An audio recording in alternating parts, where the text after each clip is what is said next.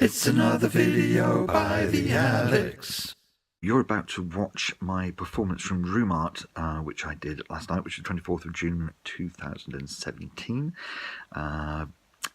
If you're listening to the audio version of this, then obviously you can't see the slides that were projected, but I think I kind of described them okay in the morning. I'm kind of using this close-up shot because I've actually not got up properly yet, so I'm all a bit kind of around the edges here. This is it. This was recorded by Marcin at Room Art, and thank you to Melissa and Marcin for having me there, and for the people who came along and listened to me ramble on a load of shite. The first part is the kind of arranged bit that I'd kind of set up, which is the kind of lecture about electronic music in a post-apocalyptic pastoral setting. And the second part is a little bit of me performing some music, and then a rambling discussion with the people who are there. So it is what it is. It's quite long, but if you can enjoy it, do. If you can't, then there's other things to watch, aren't there, or to listen to. So anyway, this is it.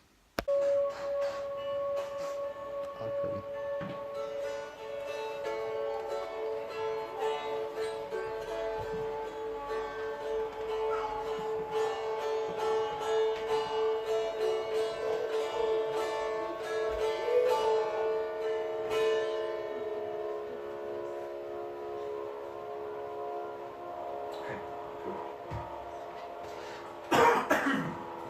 I'm not in the way of that, am I?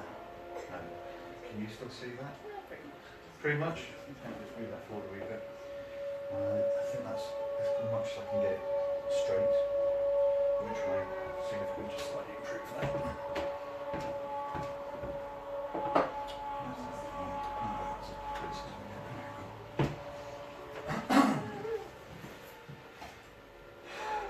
So, hello.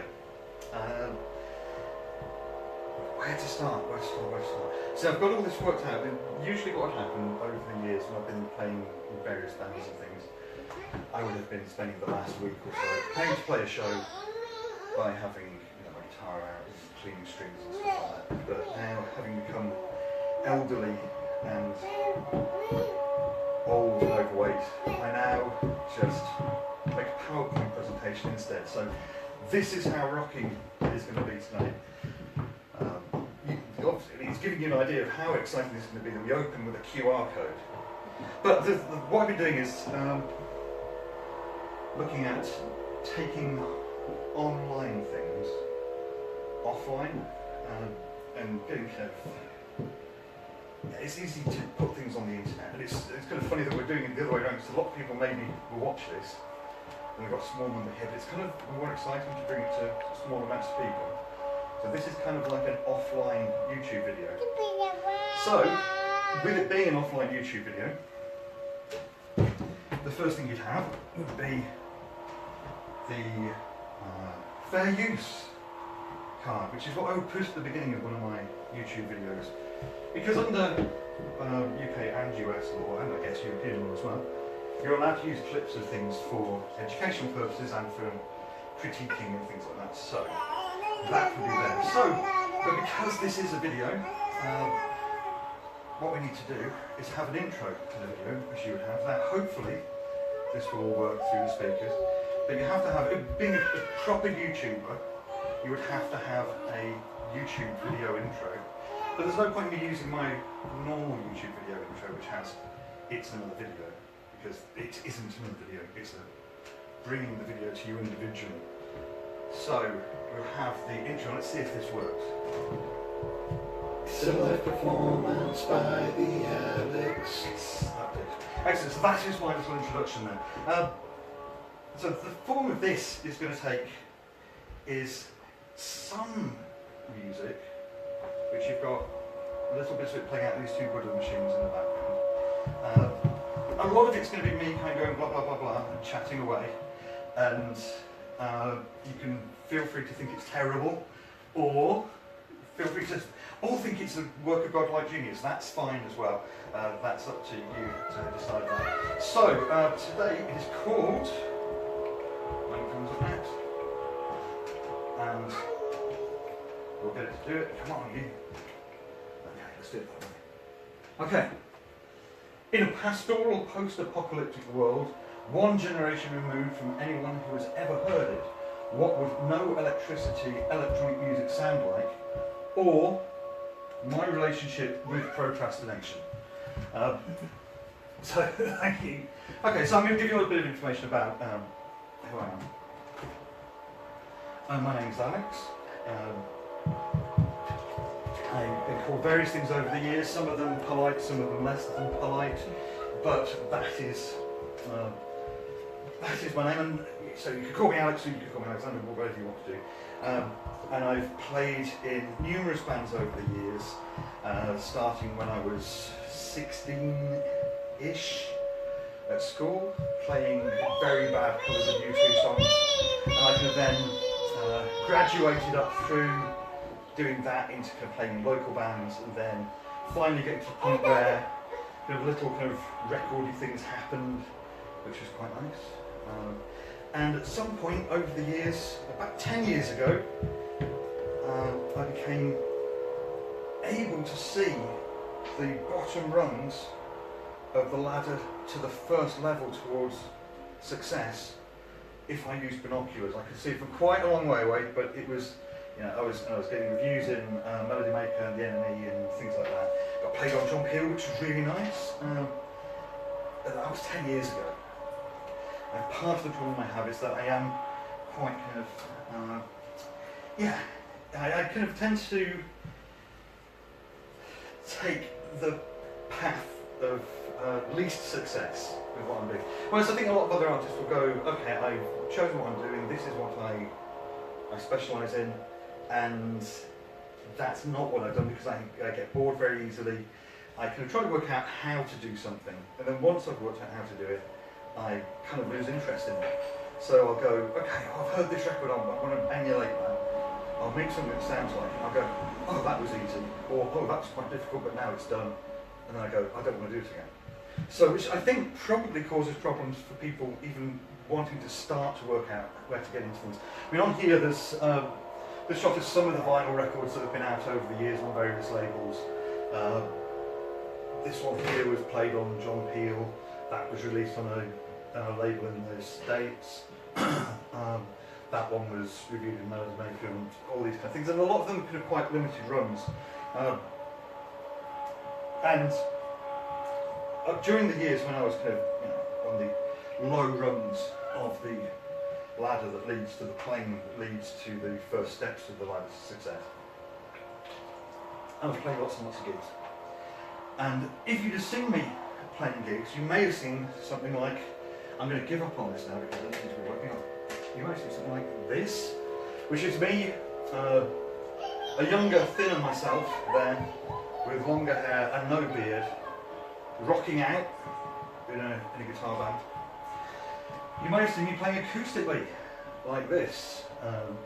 That was me playing at the Rothes Halls in Glen Rothes, in front of, it seemed like about 200 school children on the night that I played. For some reason it was an evening called Dance Dance Revolution, and yeah, it was a bit of an interesting one because it was, the venue was a big venue. The Rothes Halls is quite a large venue, and it was an evening that they do once a month, or they did back then. Maybe they still do it, I don't know. But they opened the doors and all these kids ran in, and it was like, it was almost like they were playing TIG back and forth, and it was like being in an assembly room. Or you may have seen me doing something like this. There I am playing with a band called Lipstick, which was me playing, in that one I played keyboards and bass guitar and a little bit of laptop. Or talking of laptops, you may have even seen me doing this, crouched behind a laptop. That was me playing at Ort a few years ago. Back when Ort would have me. Back when I was, when I was still in with Ort. Back before they realised that having nobody come to their shows because of me playing was the thing that would put them off having me on again. And if you're really lucky, and I say that in a sarcastic manner, you may have seen this, which is difficult to see what's going on because that was taken with a phone camera almost 10 years ago. And that's how bad phone cameras were about 10 years ago. That is me there, that little shape there. That's not my normal head, that's a Homer Simpson mask. and I was playing under the name DJ Ron Homer at the, I think it's now demolished, Jug of Ale in Moseley, and yeah, playing chiptunes on my Game Boy. So you would have seen all those things. Now, if you were expecting or were hoping for any of those kind of things this evening, you're going to be disappointed. And there's a lovely illustration of somebody being disappointed. And I have done some stand-up in the past as well. So what happened a few years back was I was doing a show with Germelin and Ron Velope and Esquilax at the Actress and Bishop in Birmingham. And I'd started the show and I would kind of ramble on at the beginning of the show. And this is what I liked about playing acoustic shows. I liked that I could sort of just sit and talk to people and have a bit of back and forth with the audience. That was quite nice. But then as I started to play laptop shows, it becomes kind of difficult to do that because you can't really go, okay, here's, this piece is called Misty Morning, and then play something that's really kind of soft and ambient, and then go, yeah, okay, and then tell a joke or something. And that's what, because I tend to play a full length thing, it's all just one piece and it finishes when it finishes. So I did do this one show where I'd started talking and I'd got about 10 minutes into it. And I realised I was still talking and I hadn't really started playing anything with the laptop. The laptop was ticking away in the background. And it's very difficult to sort of turn around and go, okay, I've been talking now for the last 10 minutes. The last 10 minutes, and that's very exciting, that's action-packed. So for the last 10 minutes, you couldn't say, okay, chatting away for the last 10 minutes, and then saying, okay, now I'm going to play some very serious music, because you just can't do that. So some people thought that was kind of entertaining, and possibly funny, and people laughed. Now if you're hoping to be entertained and laugh this evening, again, you may be disappointed, because that's something. Well, I mean, maybe you will, maybe you won't, but there's a sad-looking child there. So over the years, when I've been playing shows, I've kind of... Let's go to here. Okay, so over the years when I've been playing the shows, I started to miss the being able to talk to people. And I was just going to start to dislike playing shows. I started to find it kind of a chore rather than a pleasure. And it was, as it got harder to get shows as well, because I was making lots and lots of different types of music and getting bored of each thing as I went along. And it's like, oh, okay, I've got that sorted out, oh, that's going to get. And then people go, oh, I like that, but then I'd be doing something else. And because I record constantly all the time, I was, I'd just lose interest in what I was doing. And I kind of lost interest in playing shows because though it's been quite nice to sit and kind of go, it's quite difficult to then engage with people when you're doing that. And certainly I could have quite liked talking, as you can probably tell as I ramble on here. So, this is my long-suffering partner here, has to put up with this at home, in the car, and, you know, it's like a living hell for you, isn't it, Nicola? Yeah, she's laughing because it's true. So I've actually got kind of things here that tell me what to say, which is quite good, isn't it? So, let's go back one. Oh, actually, no, that's sure. That'll do. That's fine, okay, cool. So, what I want to do then is, slowly over the years, I kind of used the name, I started performing under the name The Moths, which was the band I was in for a few years. And that was the one that got kind of reviewed in various places, and that was what I became best known for. Now, when I was living up in Scotland, there's a website called jockrock.org. Don't look for jockrock.com.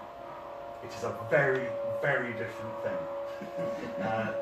As discovered when I first started using jockrock.org, I did once tell somebody to go and look for it on jockrock.com, and that was not a... They did come back and say, is it meant to be a gay porn site? And I was like, no, it isn't. It's supposed to be about music.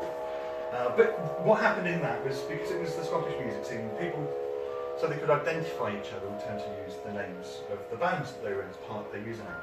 So I was in a band called Magnetic North Pole, and so for a while I was posting as Alex North Pole. Then, as I'm quite good at doing, I got into arguments with people on message boards, which I've now been doing for almost 20 years, arguing on message boards. So that's an achievement in itself, isn't it? I feel like I've done something really worthwhile with my life now. But anyway, yeah, I got into arguments with people on message boards, and I started using the username The Hated for a little bit, but that was a bit rubbish. And then when I started doing the maths, I started using The Alex as the name. And that's kind of stuck over the years. So when it came to working out how to do a website to draw together what I'm doing now, I wanted a username that would make sense with that. So I wanted something that would tell you everything you need to know about me. Would be a URL that would be easy to remember. So I went with this. Oh, or that there. There we go. No, not that. Hold on. Here we go. Yes, there we go. I went with this. Learn all you need to know about the Alex at this handy url.co.uk. I have also got small business cards with this printed on, because why wouldn't you have a name? I mean, it tells you everything you need to know, and there it is, printed in very small writing on the business card. And when you go to that website, all you find is a link to an audio file and a link to a PDF. And the PDF is of a book I wrote called Hanging Around, which is this, that I wrote over the years. It was about being in indie guitar bands. When I wrote it, I had a vague idea at some point that I would make an audio book of it, which is what this is. So there's an audio book version of it. Now, in here is an A1 poster, which has all of the book on it, a pair of CDs with music from the book on it, and a micro SD card with 5 hours of me reading the book. It's quite similar to this, in that it's a bit rambling. When I make mistakes, I don't go back and go, oh no, I've got to make this really professional sounding audio book. So I just sat and read it, and some of this is terrible. I commented that it was terrible as I was recording it, but you can download the audiobook for free from the website. Actually, no, you can't download the audiobook. You can download the actual book for free from there, or you can buy it online, or you can find the audiobook for free in different places. So, this is also part of the whole idea of having the worst business model ever, which is, I kind of think, important because people are quite into making money at the moment, and I don't know that art and money should ever kind of be in the same place. And I remember thinking this when I was at university years and years ago, that I'd go to like a restaurant or something, there'd be something up on the wall. So you'd say you'd have like a piece of work like this here, a really beautiful piece of work, but you put that up on a wall in a restaurant, and it kind of stops being art. It becomes decoration. But then it's difficult, because I could have found something, well, is this art? Is this just decoration? Where are the boundaries of this? Where's the limitations on this? So I've now started with this worst business model ever. One of the other websites I have, if you go to it, you will just see an image of a PDF where you can download this book of the website, which is, again, taking the online offline, and I'll pass that around if anybody wants to look at it. That basically has my website over the years in book form. I did think about making it so you couldn't even download a PDF of it. I thought what we could do is make it so you have to buy the book to actually be able to use the website. But I haven't quite got the courage yet to do that. But maybe that is where I'll take it next. So, after that long ramble there, I am back kind of doing performances. And I've been trying to make it interesting for myself, and chatting away like this is the result of that. Now, over the last few years, I've been reading a lot. And I started reading a lot of kind of post-apocalyptic fiction. And that immediately makes you think, oh, it's going to be all kind of dreadful wastelands and terrible awfulness, and the world is a dreadful thing. But it's not that. It's not like Mad Max. because that's the obvious, easy thing to do, isn't it? Apocalyptic. Let's go for people who look like they used to drink at the barrel organ back in the 80s. Will not do that because that's too obvious. It's been more stuff like Eden McQuickie's California, which is a fantastic book. I don't know if anyone's read it. It's a really fantastic book. But again, a pastoral kind of apocalypse. There's been something's happened, but the world is still trundling along. People still live. It's not like a poisoned landscape or anything like that. Station 11 by Emily St. John Mandel. Another story. This one is a story of some actors who go around putting on Shakespeare and various music things. Again, very kind of pastoral thing. Even things like The Drowned World by Ballard, which has the sense of the world, the kind of structure of the world is still there, but it's had to be worked around, because in that way it's all flooded. And then there was The Wild Shore by Kim Stanley Robinson, which is one of my favourite books I've ever read. If you haven't read the Three Californias trilogy by Kim Stanley Robinson, you must go and read it. It's an excellent trilogy. It's 3 different stories about a near future California, set in the same timeline, same time frame, but different worlds. So The Wild Shore is something that takes place after there's been some kind of attack on the States by Russia, and as a result it's very kind of agricultural. The next one along, which I think is Pacific Edge, is set in a kind of very kind of dystopian version where there's lots of traffic and things. And then the Gold Coast, I think the last one's called, is set in a kind of utopian version of the same thing with a lot of technology. So what we're talking about is, we're not talking nuclear destruction, so we're not talking this. Again, this is the kind of the apocalypse that everybody's going, oh no, Donald Trump's going to cause the apocalypse and he's going to blow everything up. So we're not talking about that.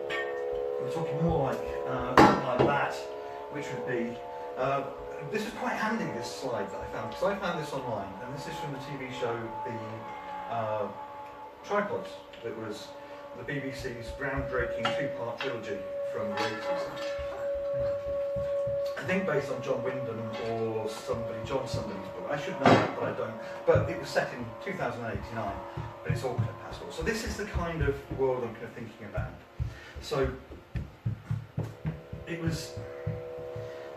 got me thinking about how would music be played in that kind of world, and how would people who hadn't heard electronic music ever, how would they perform it? And they would think, well, you know, that it's, they would have heard things that they would have had it described to them by people. So you wouldn't have anybody of that generation that was still alive who would have heard it. So that nobody would have heard Aphex Twin. Nobody would have heard. I know, it's a horrible thought, isn't it? But nobody would have heard Aphex Twin. But they'd heard of Aphex Twin, and Aphex Twin would have become kind of a legendary character, almost like King Arthur or something, or Robin Hood. So you'd have this idea of what should the electronic musician sound like, and people would have an idea of what they think it should be. But there'd be no electronic instruments at all. There'd be no laptops, no synths, no phones, nothing like that. None of the things you could normally use, none of the things I'm using here to make music. So you just have the memory of these things, and people would say, oh yeah, my great-grandfather once heard Aphex Twin, and Aphex Twin sounded like this, and they'd describe Aphex Twin, but they wouldn't be able to remember what Aphex Twin actually sounded like, and it would get, you know, kind of the whole Chinese whispers thing, it would go down over the years and years and years, lose track of what Aphex Twin actually sounded like. I'm kind of wondering if I could say the word Aphex Twin anymore in this little bit here. So, because I've got quite a lot of slides here of more than I expected of shots of pastoral apocalypses. So yeah, it just keeps on going, doesn't it? So there we go. So what would post-apocalyptic electronic music sound like? Now the obvious thing to think of is somebody like Stomp with their bins and their brushes and the banging and things.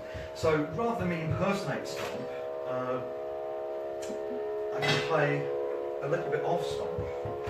So you can see, so this is what it could be like. Okay. So there you go, you've got plastic bins, They looked a bit like drinkers from the barrel organ in the 80s. It's really, there's something about this that puts me off a great deal. Because it's got that kind of, oh, look how industrial we are. We're bringing, look at road signs, we've got road signs on our staging. And bits of broken bedding, because that's obviously what you have on a stage. It does go on that bit, so I'm going to stop that. So it's quite easy to think of something like that. But you can also do it, just one person can do it. Like this fella here who is drumming on the street. Just playing pockets. Again, it's an easy way to know what you can class as almost electronic music without having done any other things. But I think there's a problem with that because with Stomp, with their big barrels, big plastic horse barrels, after the apocalypse, plastic is at a premium. You need to have your plastics for things other than bashing them with sticks. So you wouldn't be able to use them for that. They've got other uses. They've got horse barrel uses. You've got to keep on that. Bin lids, metal bin lids are far more useful as a shield than as a symbol. Wood has either been burned or is used to sweep stuff up. So it wouldn't work. The other thing about it though, and I could have mentioned that I had some kind of problem with it, it reminds me of this, which is the single worst film scene ever made. Possibly the worst thing that mankind has ever committed to film in its entire history. It's the rave scene from the second Matrix movie, which is, nobody can deny that this is the worst scene ever made. There's probably war crimes that are less horrendous than this thing was. This took the worst of Stomp, the worst of what the Wachowskis thought rave looked like. It just was awful. Yeah. There's nothing worse than that. So, that is everything that is wrong with post-technological music. So that's why I moved away from the horrendous nightmare that is the Wachowskis. So, I started to think, how would music actually be? Because, the whole notion of playing with a group like Stomp or something like that is that the cool electronic musician wouldn't play with other people, because this would be passed down through the years that Grandad would say, oh well, the proper electronic musician won't use other people. It's like a solo artist. Aphex Twin didn't have lots of people with him, so it's just one person. So got me thinking that it has to be a single person doing this, and then I've got so many notes on here. So if it's got to be one person, there's some solutions to this, and one of them is doing something really bad, like beatboxing. I mean, I'm not saying beatboxing's bad, but that would be an easy, obvious thing to do, wouldn't it? I can impersonate the Aphex Twin and go. So I'm a really bad beatboxer. I don't think you could even call me a beatboxer. That's so terrible. The other thing you could do is, I'm thinking glass bottles would probably be still around. So, because the glass is easy to find, isn't it? So you could get your glass bottle, and I've got a metal in there, but there you go, there's a sound, and immediately you can use that, and it'll cut through a crowd of people. If you're wanting to get a Matrix-style rave going on, you can get that going. So that's exciting. And because it's a bottle, you can blow into it, which is even better.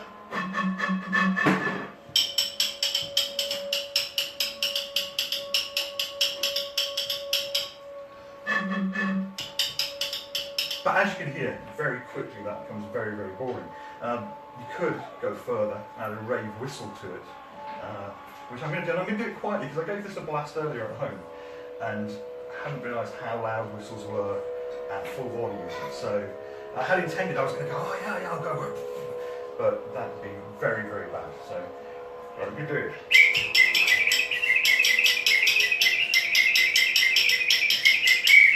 Techno! Techno,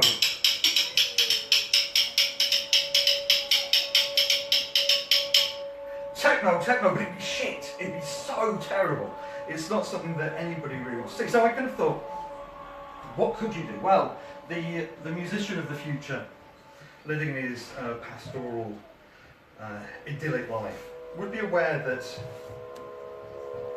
there were laptops. that laptops were used to make music. And they'd be aware that a laptop had a lid. So I bought this lid box, and figured that what the musician of the future would do would possibly get bits of wire and springs and things like that, and attach them into this, and they could sit behind it and maybe even etch like a fruit on there, because they'd heard over the years that that's what a laptop had on it. So you can imagine the guy sitting there with all these things, and behind it like this. That's a proper laptop musician. That's proper electronic music being played acoustically. So I kind of thought, right, what I'm going to do is I'm going to start building this thing. I'm going to start building a box to use. Now I had this makey down here, which is kind of like an Arduino, which you can attach things to. And I thought, oh, what I'll do is I'll drill some holes into this and I'll put some contacts in so I can actually sit and play it. But then that's kind of cheating a little bit because electricity is involved. So I thought springs and things like that. So I got all this planned out, and there was all these different things. I bought contact mics, and I have all these bits of old hard drives in here. There's a couple of old hard drive platters down there. This has got lots of bits in it. They're not attached to anything though, and that's because, well, that links into the other part of the title of this presentation, which is my relationship with procrastination. So, I've been talking to Nicola, telling her I was going to do this for about the last year, and the box has remained stubbornly incomplete. And the reason is that this happened. Yeah, it's far more. When you've got something like, in this shot here, this is me sitting in my dressing gown playing Grand Theft Auto 5 on a big telly, and when you can set fire to a hill outside Fort Zambuco playing Trevor, that's obviously going to be more exciting than sitting putting things in a box. Then this happened as well.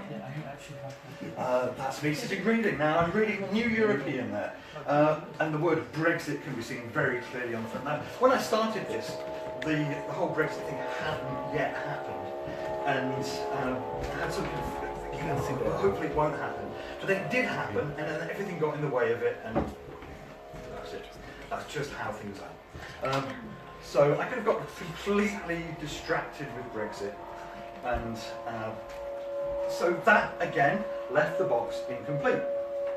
Then also this happened, so I slept quite a lot, because sometimes sleeping's a good thing to do as well, and it's easier to sleep than to actually do the thing that you said you're going to do. So the box remains incomplete. So I kind of found myself thinking, how do I draw this together? Because I've got no idea how to present the music of the post-apocalyptic pastoral landscape to people. And I could have thought, oh, I know what I'll do. I'll do something that I think is funny, and I'll say, oh, there's no point in me doing it anyway, because there's already somebody who's done it, and because it sounds like this, which is one of the, if you've seen this before, it's one of the greatest things that's ever been videoed, and I thought, this is what it would actually sound like. And I thought, I'll put this on, and this will make people laugh. Anhören mit von der Partie Die Woodies.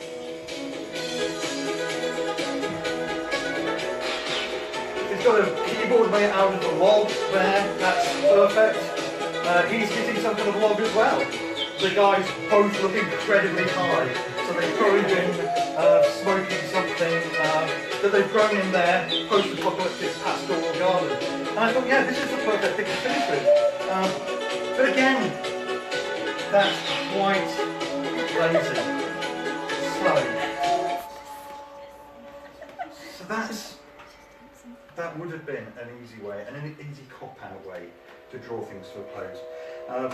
But then I realised that because I hadn't been using any of the things that I've brought along, that I've placed around me, like so many totems of creativity, and I realised I wasn't using any of those, I thought, that's going to be disappointing to people. People are going to come along, they're going to, you guys will have missed almost all of it, but you'll have come along and thought, okay, there's going to be music and stuff, and the music's going to be this, just coming from my Buddha machines, and little bits of Daiwoodies, and little bits of Stomp from earlier, and that's disappointing. But then I thought, you know what, being disappointed is actually okay, because if you're feeling disappointed at the way this has unfolded for you, then you know very much how I felt when I went to the cinema in 2003 or 4 to watch The Matrix Reloaded and saw this scene, which is, as I said before, the worst thing that's ever been committed to film. Now I'm going to let you enjoy this for a few moments, because it is truly terrible. You should be grateful it's not very loud, but look at this. This is meant to be the three people of Zion, outside of the Matrix, having a fun time. This is what the Wachowskis think that a fun time would look like. And this is a shorter version of this. The original section of this goes on for far longer than you recall it going on. It's terrible, and this is really, ultimately, I guess, that for all my desire for it to be otherwise, this is probably what post-apocalyptic pastoral techno music would sound like. Obviously it wouldn't have Neo and Trinity shagging there, but or it might if it was some kind of modern thing. But again, it makes you kind of wish that that was the outcome of the kind of world that we had. For all the wonderful ideals of a pastoral world, The Matrix Reloaded, that scene, especially of The Matrix Reloaded, makes me wish and hope that the apocalypse will look like that, because then we won't have to suffer more movies of the Wachowskis, who have dined out on The Matrix now for 17 years and haven't made anything good in that whole time. So that is the disappointing and anticlimactic finale of my discussion and explanation of post-apocalyptic acoustic techno, and why I didn't do it just because of my relationship with procrastination. But we can blame the Wachowskis. So, if you have any questions, now is the time to ask them. Everybody's going, what the hell was that? So yeah, so that is all I have for you. I wish I could say I have exciting things for you, but yeah, that is the whole thing. And there's a special QR code again that you can kind of, that's a human readable QR code, giving the URL of my website again. Learn all you need to know about the Alex at this handy URL. So .co.uk. But I was thinking of like maybe kind of putting the .co.uk as part of the name and then having .co.uk afterwards as well. But I might do that with something else. I might kind of go with the website name www.org.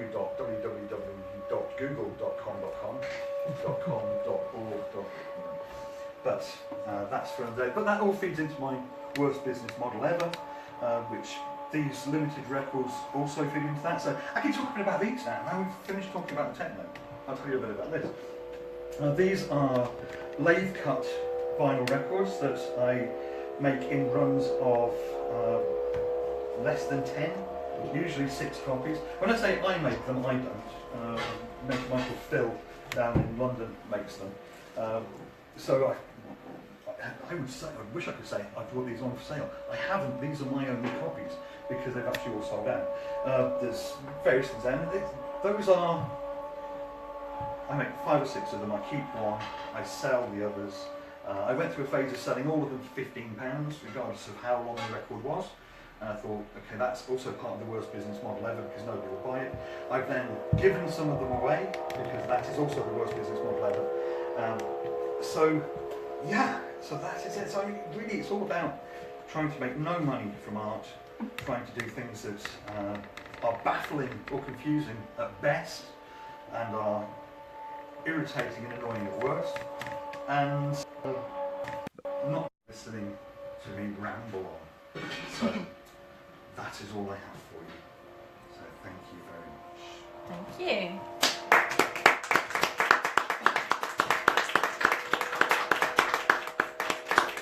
However, I will say, I do actually have some of the audiobooks available if anybody wants one. And I also have the A1 posters if somebody wants one. But that is all I have. So because I've run out of water, so that's the time for me to stop. So, yes. So if anybody has any questions, do feel free to answer them. Do you have a question? Do you have a question? Question? About this in particular or just life in general? Life in general. That would work. Why? Why? I'm going to fire that back with another question. Why not? Why? But why not? Why? But why not? Are we going to get stuck in an infinite loop? I don't know, are we? Probably. But why? No, I don't hate you much. You're like a psychologist or something. So, yeah, so, do you have a question? Yes, chiptune. Chiptunes, yes. That's DJ Ron Homer. I did stuff on my Game Boys, and it wasn't emulated on the Game Boy. It was actually with a thing called Pocket Music, which isn't even one of the kind of hacked cartridges. It's one you could buy commercially, so you could program the tunes. You couldn't really do much live manipulation of it. You could hit play, and then you could kind of dance around it, which is probably for the best, because when I was doing this stuff as DJ Ron Homer, I'd wear the big Homer Simpson mask. And I played only a couple of shows as that, and the first of them was at the Sunflower Lounge, a thing called Robots vs Dinosaurs, back in years ago. That must be like 10 years ago now. And I kind of thought, oh, okay, no, this will be fine. So I put the hat on, and I couldn't wear my glasses with it, so I couldn't actually see very well. And the eyes on the Homer Simpson mask that I have, it's a full head thing, it goes right down over the back. And the eyes are kind of quite a long way apart, so you can only look through one or the other at any time. So you can't really see anything.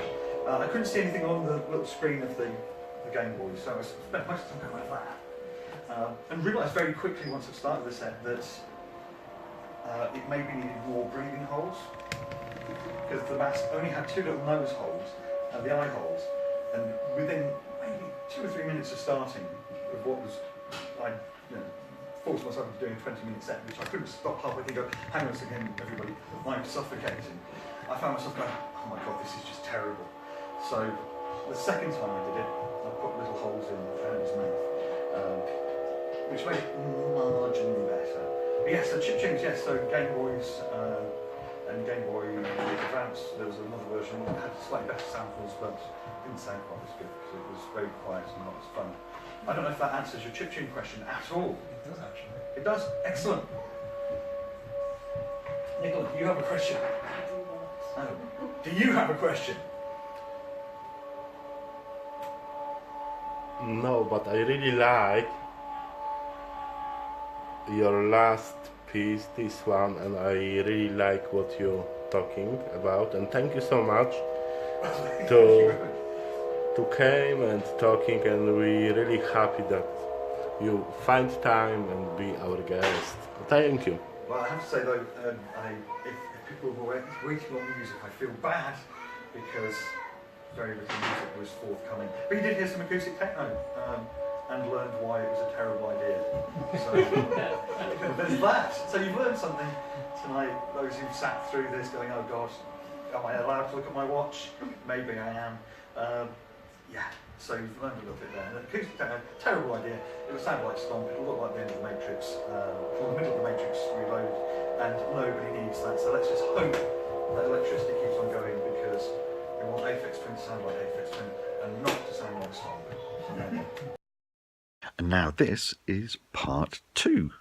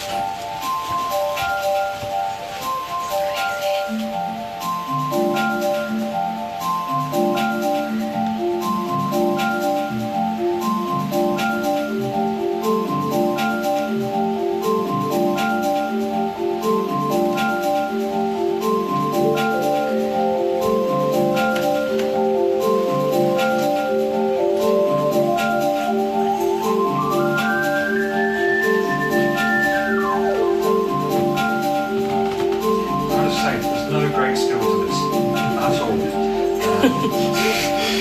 So don't be fooled into thinking that it's kind of. It's not. It's just. It is very much like just pretend you're using Facebook. It's called Node Boot, and it's free. And you can just play with it as much as you want. So, it's good. It's a bit of that, but I like it.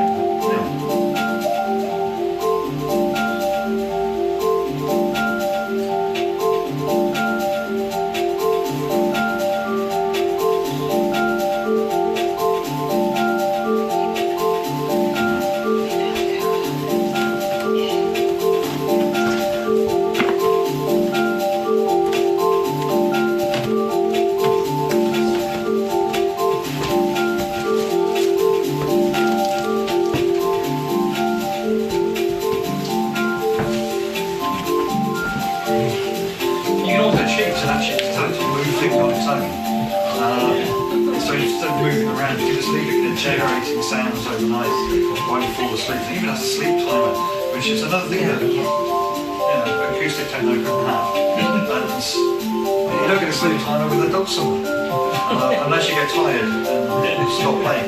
But if you're trying to listen to a dulcimer to fall asleep, it's not as good as that. So yet again, another example why if we do have an apocalypse, we do need it to be absolutely faithful.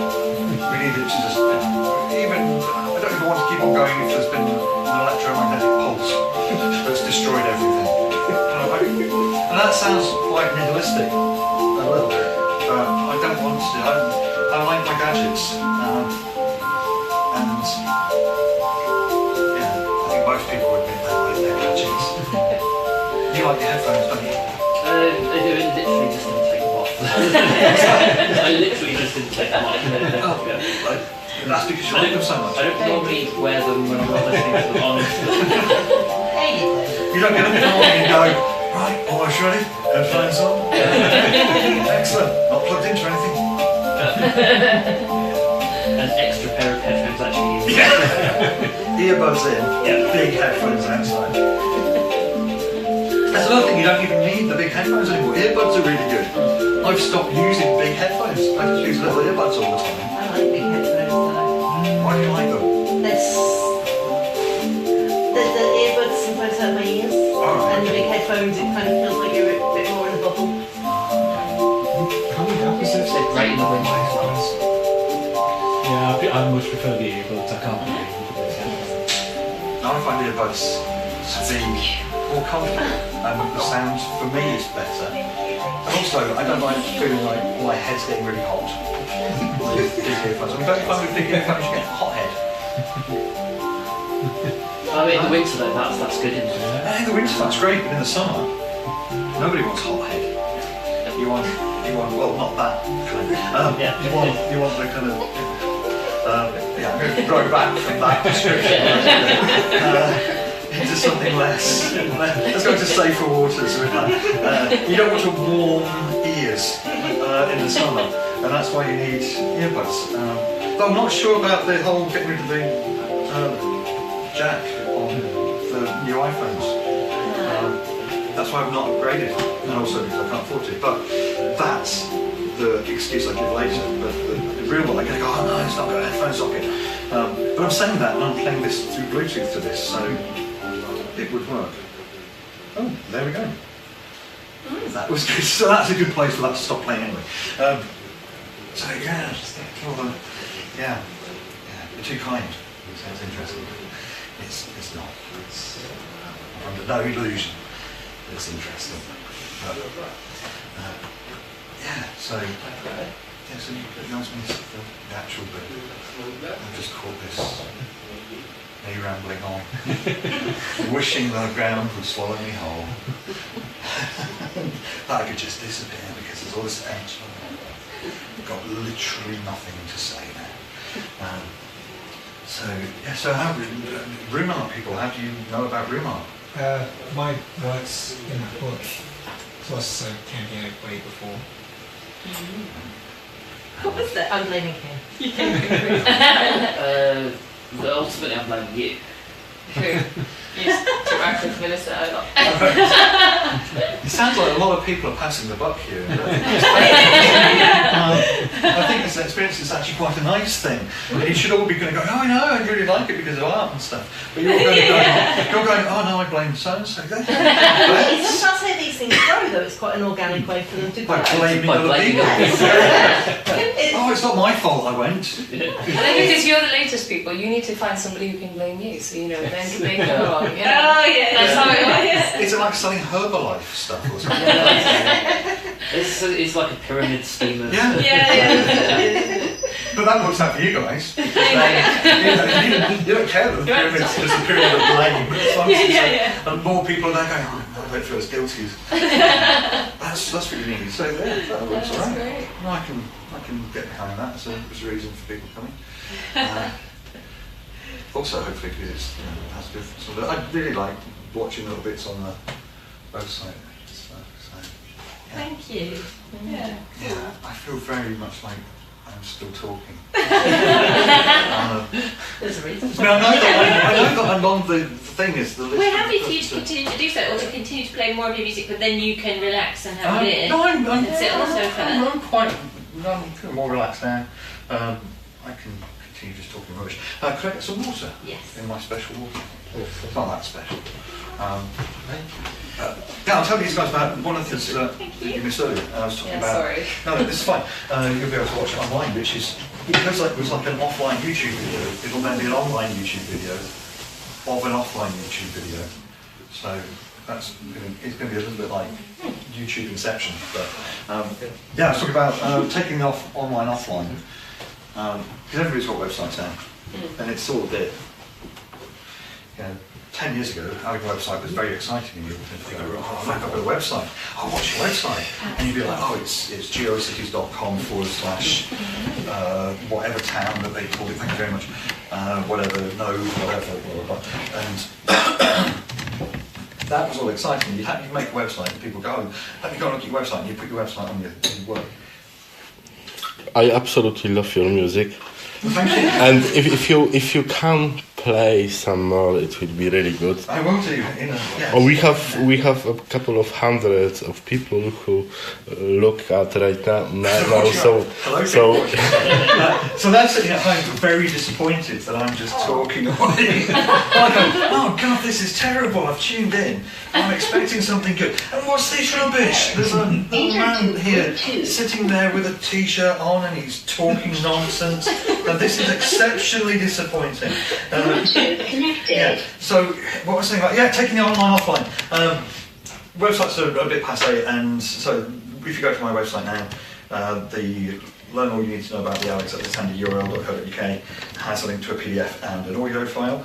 And the Moths website, which I've had for years and years and years, now just has that image when you go to it of a PDF, which you can then download this book from it. And as I was saying earlier, I haven't yet quite gained the courage to make it so you have to buy the book to actually be able to use the website. But this is now my website in book form. So apparently music. Let me see if I can make this Bluetooth thing work. Do I have anything else I can play on here? You can do whatever you like. It's everything up to you. This is your space right now. Yeah, I have various things. And it doesn't necessarily have to be no beat blipping away. Let's see what I've got on here.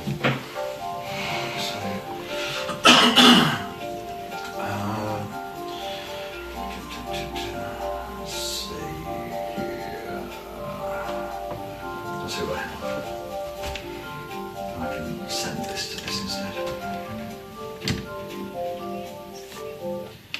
It's useful not having Bluetooth cancelled. That's such a good sound. Bluetooth connected. Yeah, it's a fun thing. This is good for the people at home, isn't it? I'm very conscious of that. Oh, I did. We don't want to wait to read out comments from people Yeah, watching live. concert a couple of weeks ago. Put it on, student ready to go. Somebody sent a message. Yeah. Some movie. Student jumped up on the screen. These are fabulous. It's so, I mean, you can't even turn it down in the morning. You do it, Bluetooth connected! You know, like, oh, and Nick's trying to sleep. And I've taken it to push it against my my blubber to try and calm it down. Oh, shush now. Stop talking. Come on, where's this? Okay, I actually could do the connecting, couldn't I? So let's see. Okay, so. Bluetooth connected. There we go, Bluetooth connected. And then it has that to tell me that it's a 4. And it also tells you, it warns you that it's running out of battery about 2 seconds before the battery runs out. So it goes boop, boop, boop, and you think, oh, I've got time to finish my shower. And then John Humphreys just goes off on the radio. Because, yeah, I'm so cool, I don't listen to music radio in the morning. I'll put on Today with John Humphreys. Just because music radio in the mornings is terrifying. And at most other times of the day. And But even more so. Yeah. Getting out of it, John Humphreys is what gets me up in the morning. Excellent.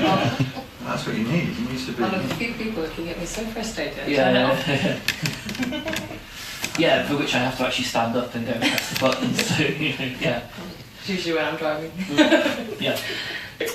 I can play you something that I've got coming out at some point in the next little while on a tape label called Odd Chorus. Of course, I don't know the person who does Odd Chorus, so the person might actually be here. Nobody from Odd Chorus here. That's great. It means I can talk about Odd Chorus without feeling that the person sitting there going, Odd Chorus. So I'm doing a split tape. And this is some of that. But how much do I play to you with this? So I don't want to play all of it because it goes on forever. But I can play some of it. Let's see. Let's try doing this one. That's not without any sound. Yeah, that's better. Why is it coming out of there, not out of that speaker? Okay. Let's see. Oh, I see. There we go. So this is something I've done for a split cassette. This is I put it onto this bit because this when things start to happen.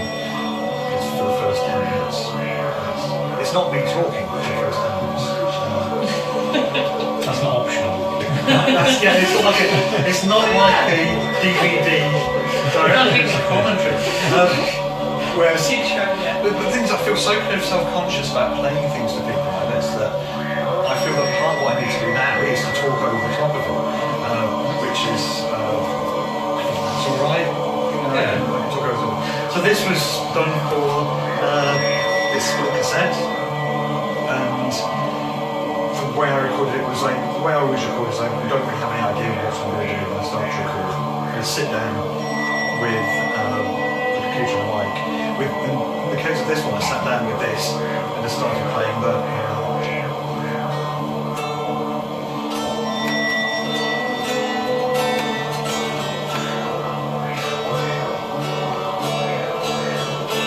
I started making up this little tunes.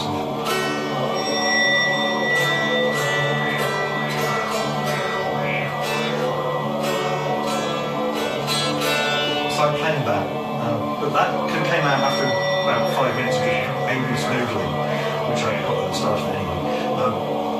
And then I thought, okay, that's giving me like a little melody, so I then recorded myself singing over the top of it lots and lots and lots and lots of times. And I thought, well, I need something else, so I got one of my singing bowls out. It sounds a bit like Moby's acoustic techno, isn't it? Getting singing bowls out, touching Winona Ryder.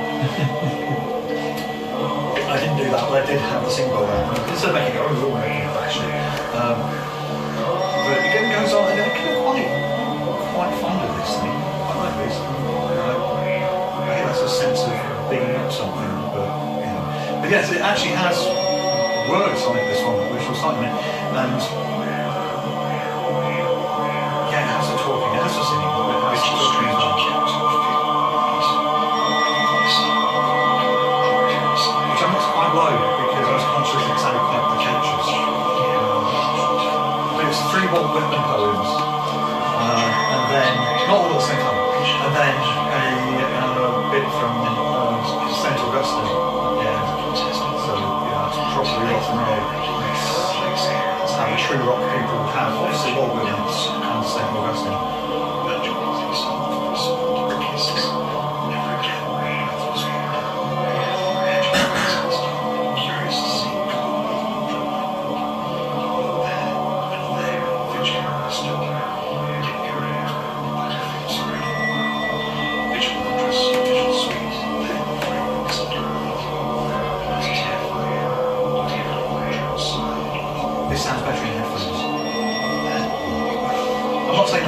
band through this, but you imagine it's quite a wide mix and stereo. It's a lot going on there.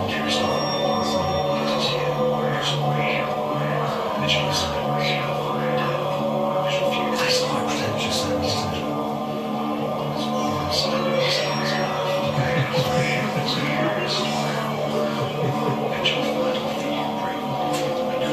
You mustn't talk over your own music, Alex. Especially not dissing it. But it makes quite a lot of it just sounds like there's a background noise in it anyway. Yeah, so that's it. It's like there's a line adding to it. It's a live performance. Making it like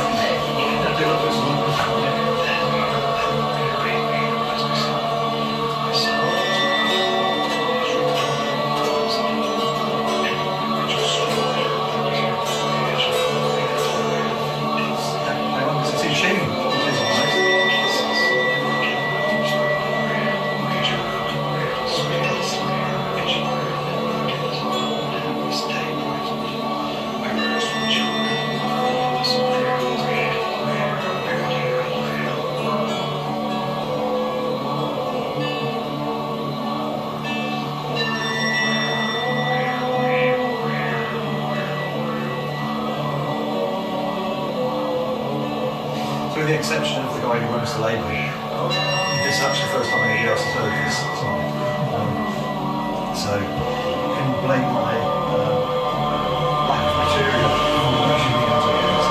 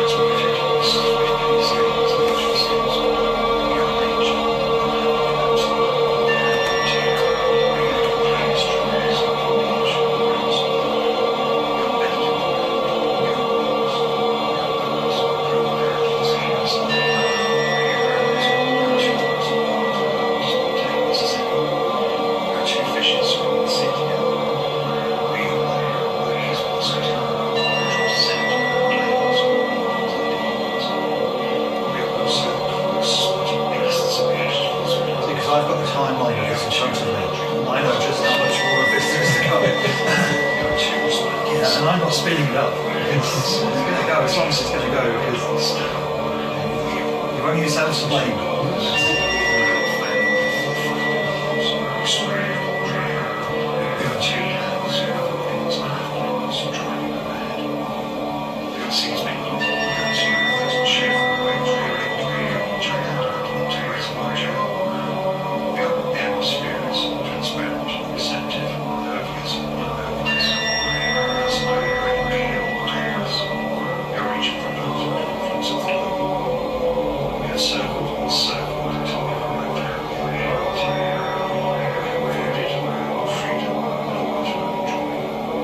It's difficult not to do when you're reading poetry on something like that. It's very difficult not to do the poetry reading voice, because for all the attempts to try and read it naturally. So I can talk now because I know that there's not another bit of poetry for another few seconds.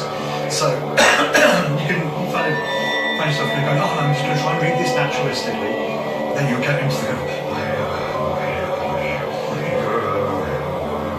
it's very difficult not to read poetry like that, I find. Other people may find it different, but then that you end up something like a poetry slam. You can do it differently. You go, oh, I'm here with my poem. It is a song without music. Then it's, yeah. So if you end up going back to this, it's kind of quite you can go. All is cold as we flit by each other, fluid, affectionate, chaste, matured. It's that. You grew up with me. That kind of reading poetry voice, and it's very hard to do. On the audiobook version of this, I don't do that voice. I just do my normal talking voice. But then that is 5 hours of my normal talking voice. So That's, I don't know if that'll be anything. Is it such a torture? It's too kind. I'm saying that because I'm driving me home later.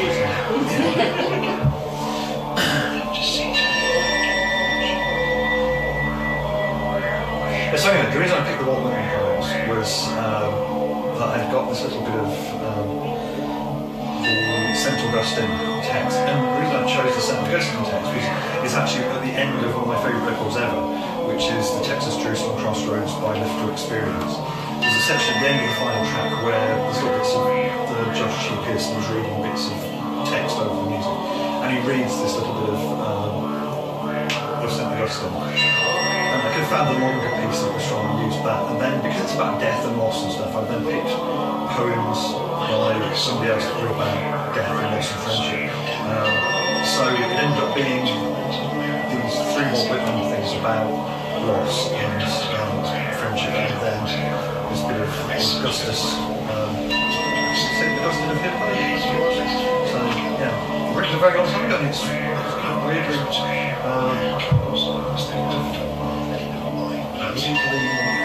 it sounds really modern. Asking my soul again and again, why are you so downcast? Why do you distress me? But my soul had no answer to give. Tears alone were sweet to me, but my heart's desire they had taken the place of my friend. I wondered that other men should live when he was dead, for I had loved him as though he would never die. Still more, I wondered that he should die and I remain alive, for I was his second self. How well the poet put it when he called his friend the half of his soul. I felt that our two souls had been as one, living in two bodies, and life for me was fearful because I did not want to live with only half a soul. Perhaps this too is why I shrank from death, for fear that one whom I had loved so well might then be wholly dead. What madness to love a man as something more than human. What folly to grumble at the lot man has to bear. I lived in a fever, convulsed with tears and sighs that allowed me neither rest nor peace of mind. My soul was a burden, bruised and bleeding. It was tired of the man who carried it, but I found no place to set it down to rest. The grief I felt for the loss of my friend had struck so easily into my inmost heart simply because I had poured out my soul upon him, like water upon sand, loving a man who was mortal as though he were never to die.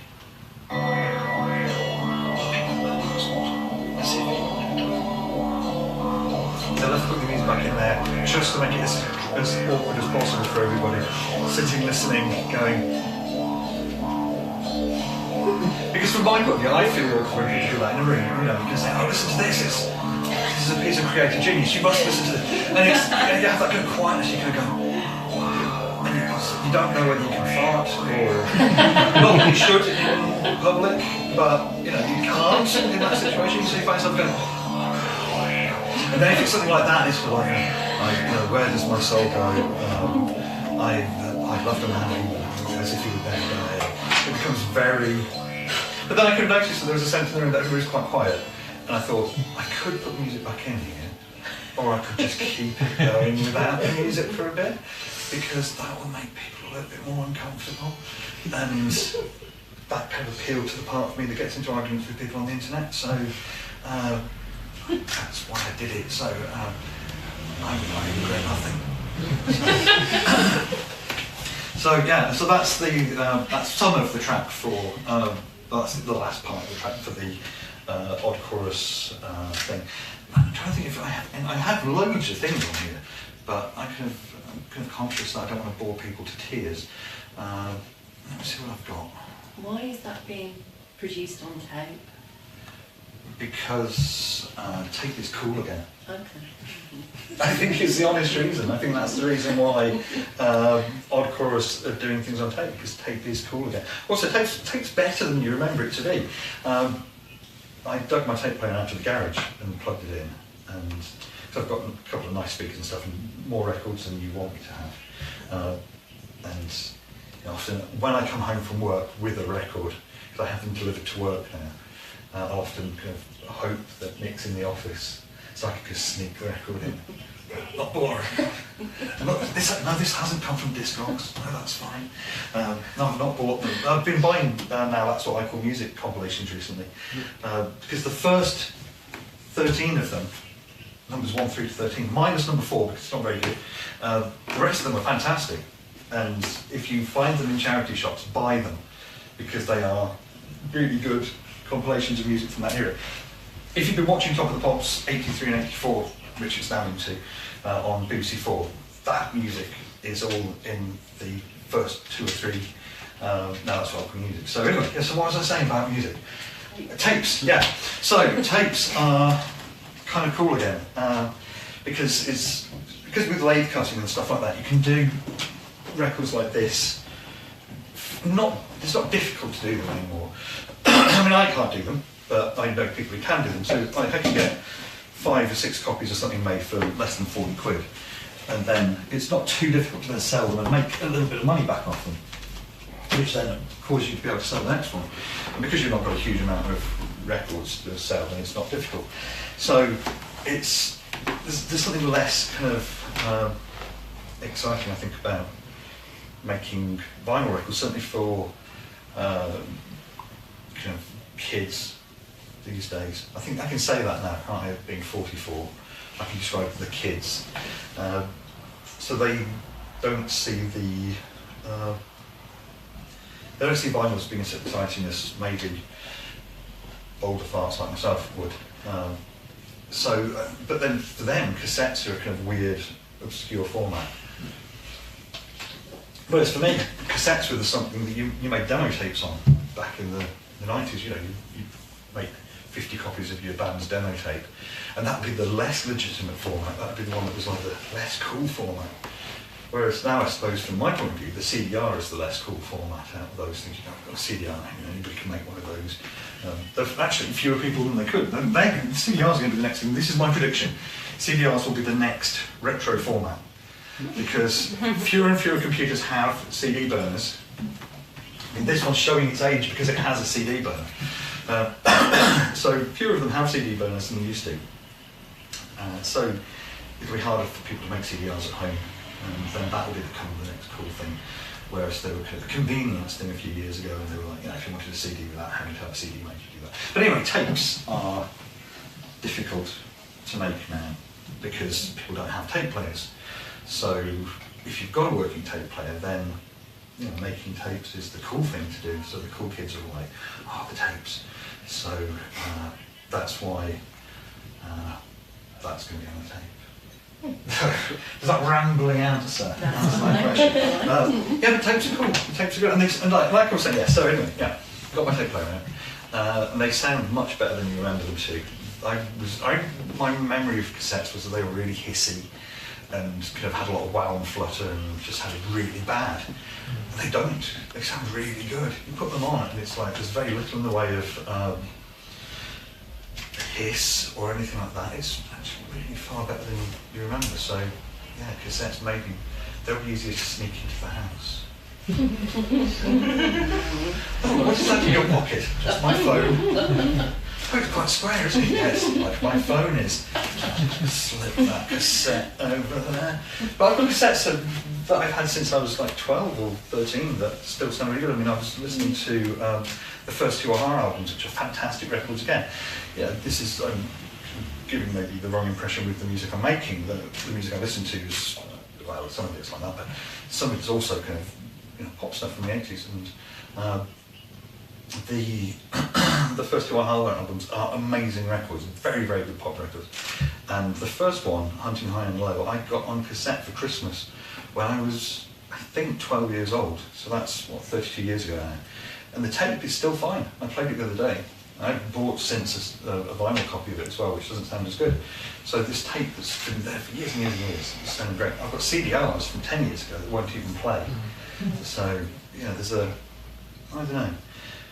Maybe we're going to end up with like a kind of future dark ages because we've got all this digital stuff that won't survive very well.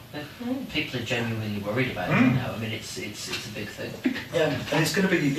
I remember reading Accelerando by Charles Stross, and then the follow-up to it is called Glass House. And in Glass House, they're talking about how there's this whole period from the 50s through to the middle of the 21st century that they call the Second Dark Age, because they've got no information from it, because it's all been lost, it was all digital. So that's I suppose cassette's going to get around that, and I suppose people going back into vinyl and stuff. I suppose, again, it fits back into the whole taking the online, offline. Maybe that's the reason to do it. Maybe there's, maybe I'm far more pressing than I thought I was.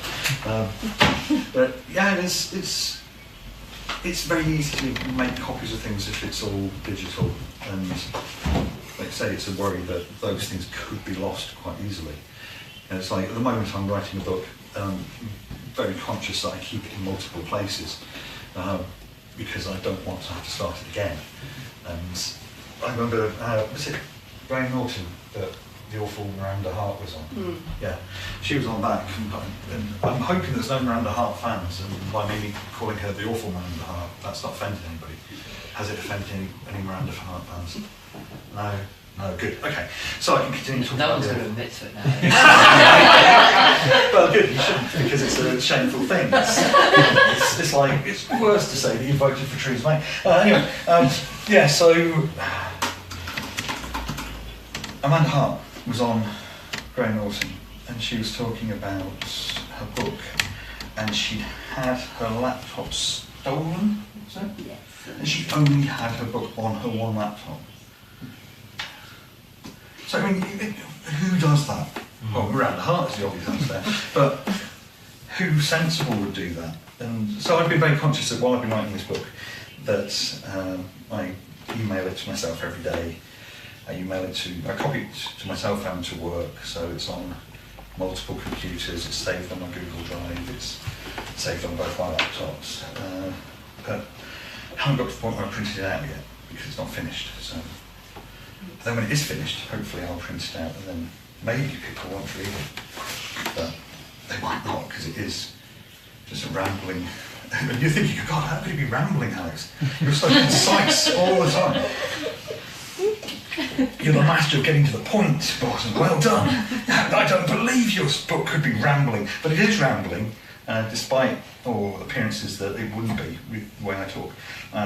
It's a rambling biography about myself, because obviously, people are going to want to read all about somebody they've never met at length in a book that starts when I'm born and then moves forward and occasionally jumps back and forth. Actually, the weird thing is I haven't actually put the day I was born in it.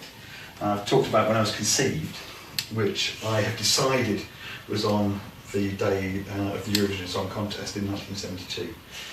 Because I like the Eurovision Song Contest, and that matches because my birthday's towards the end of December, so going back, and the Eurovision Song Contest in 1972 was on the 25th of March, and it was in Edinburgh, and my parents were living in Glasgow, so, and it was won by Luxembourg. Don't know what that means, but it was won by Luxembourg. It was at the Usher Hall in Edinburgh, and I only know this because I looked it up for the book. It's not like I'm an expert on the Eurovision Song Contest. So I so I've started writing this thing, so it starts with that, and it goes through, and it's got stuff about... I've done it, it's kind of like a therapy thing. Because you have all those things that you've done in your life that only you remember, and you're horribly ashamed of them all. And you kind of look at them and go, no, I've not had that, Alex. No, none of us, that's just you, Alex. So where it came from when you saw... Yes, so yeah. What could have spurred me into doing it was Nick and I went to the Cheltenham Literary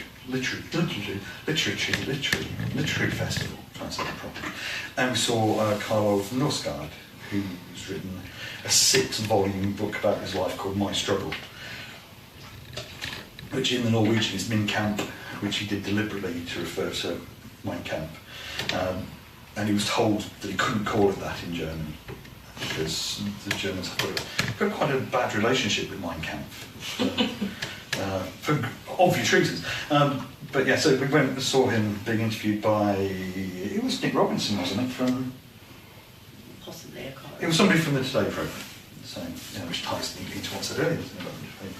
But yeah, so we went and saw that, and Norsgaard was sat there, and he described what he'd done. And I'd not read any of his stuff at this point, So the way he sold it was that he'd done a book that was about his life and just went through it. And I kind of thought, oh, that's something I can copy.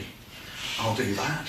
And I thought, well, actually, I won't let anybody read it. It would just be purely for me as a kind of therapeutic thing. So I started writing this book, and then I've subsequently started reading the Milsgaard stuff. And it's actually very, very different. And the way he does it is that it starts, the reason he wrote it was because he had writer's block, and he was trying to work on a novel. And he just decided to start writing to see what would come out to try and break his writer's block. And the first couple of thousand words of it are really kind of fractured and all over the place, but then it settles into a kind of a narrative when you kind of settles on a certain topic right there. But I ended up not doing that. I ended up writing about things in chronological order that I could remember.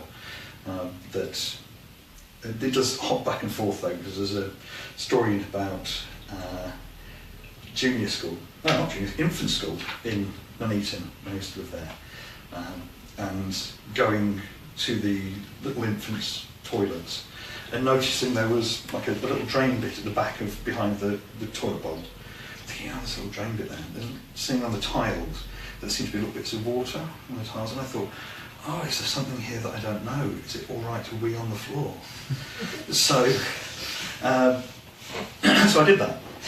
Because I could have thought maybe I'm not in the loop here, and that the other kids wee on the floor, and that I'm just old-fashioned in that I'm going in the toilet bowl, and obviously there's that drain at the back there, which is obviously designed to catch the wee. So I thought, right, I must do that. So I did that. Obviously got caught doing it because somebody went, "Miss, Alex is weeing on the floor," because like a puddle of it had formed and gone out through the little rivulets of the way the tiles got little dips. I could have thought, oh, this is the perfect crime, and off it went. To either side and behind me, like an arrow pointing at where. So I wrote about that, and it reminded me then of when I was at secondary school. When I moved to, I didn't pee on the floor in secondary school. When I went to school in not in Nuneaton, when I moved from Nuneaton to Solihull, and I started at a new secondary school, and we moved halfway through secondary school. And on my first day in the lessons, I had no idea where the toilets were. So I needed to go to the loo in the middle of the lesson. So I was like, okay, I need to go to the toilet. So I went out and I thought, where are the toilets in this school? So I could have walked around the corridors for a few minutes, and I thought, well, I can't stay out here for all this length of time. And I saw something that looked like it might be urinal, but it was like in a space that only had 3 walls, and benches and coat hooks, and windows down one side onto the corridor. And I thought, this can't be urinal. And I was that close to going to the toilet in a water fountain. But I thought, you know what, I'm going to have to hold this and wait until everybody comes out and then follow some of the other kids that look like they're desperate. So those two things got kind of linked together. And so it does lead back and forth. There's bits that where I kind of completely skip away from the early years of my life into later stuff, and then try and hop back somehow. Like I managed to pull back a bit of arguing with Christians as an adult, back into Star Wars toys via my mum being an argumentative person. So, I did say that she's very loving though as well, because there's always a chance that she might read it one day. But yeah, I'm hoping that people don't read it, because it is. Nobody will speak to me ever again. They go, oh, you're a terrible human being, you've got all these awful thoughts. And I kind of hope that everybody else has awful thoughts as well, but maybe I'm showing too much of my hand there. But yeah, so that's my book. I don't even know why I was talking about that. It was digital, losing digital information, wasn't it? Yeah, so that's in multiple places. So unlike Miranda Hart, the book that people want to read, mine is everywhere. Hers was just nicked on a laptop, so, which serves the right really for doing that. But I wouldn't want to start asking, who'd read a biography of Amanda Hart? Why? This is, I don't understand. All of the fans love him in this room. If there is anybody who likes Amanda Hart in here, don't feel that you can't explain to me what's good about Amanda Hart. Miranda, yeah. You see, I don't even know her name. And you're all letting me say it. This is why I live with you, because you'll correct me. I'm living with these people, because none of them, they were like, oh no, I'm going to let her keep calling him Amanda Hart. What an idiot he is. But you're perfectly happy to go, Alex, it's Miranda. You've shown you know nothing. What's the appeal of her? She's just terrible. I don't know. Possibly I'm just an awful snob, but I like comedy to be funny. And the way her show just like her going, ooh, at the camera all the time, oh, I've done this, ooh, perfect, ooh. So that's not a thing. At least she's not Mrs. Brown's voice. Oh, that's what I was going to say. Could be worse, couldn't it? Could be Mrs. Brown's voice, which I think we're missing right now. So there's another thing to be grateful for getting at Brewmart tonight. Yeah, no, Mrs. Brown's voice, what's that? I realise just because it's on, you don't have to watch it. Oh, I don't watch it. But You're not missing it in that sense. It's a choice involved, yeah. No, I don't watch it. I just use it as fuel for my anger at the world. Because obviously I need that for reasons. Now Mrs. Brown's Boys, it's like all the bad bits of Father Ted, with which there were very few, in fact almost none. So it's nothing like Father Ted. But it's like Father Ted if it wasn't Father Ted and was funny. Wasn't funny. Father Ted was funny, but Mrs. Brown. I don't understand Mrs. Brown's Voice, is what I'm trying to say here. So it's it's lots of really kind of terrible things on the television. Is probably where that's taken me. So, I'll just keep on talking here. I'm just sitting here, kind of trying to keep people entertained. I'm aware that there's a circle of people looking at me, and it's Feeling pressure. I don't know. I was feeling pressure about 2 hours ago. This is beyond feeling the pressure. There's people in like Lithuania and whatever who are googling Amanda Hart now and trying to work out. Does it mean Amanda Holmes? And it's like, who's Amanda Holmes? It's a Holden, isn't it? Yeah. She is! Look, Amanda Holmes! Who's Amanda Holmes? No, that's not. She doesn't exist either. Man's an idiot, they're all thinking. I'm gonna be somebody. I've changed my name. I'm now famous. I'm now Amanda Hart. And this is my friend.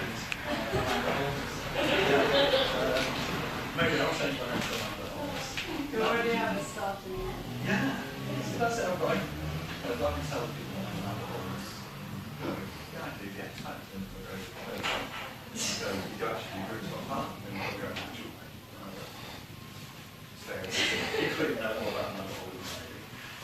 But then Amanda Holmes, so they know more about Amanda Holmes. That's true. But that is that story.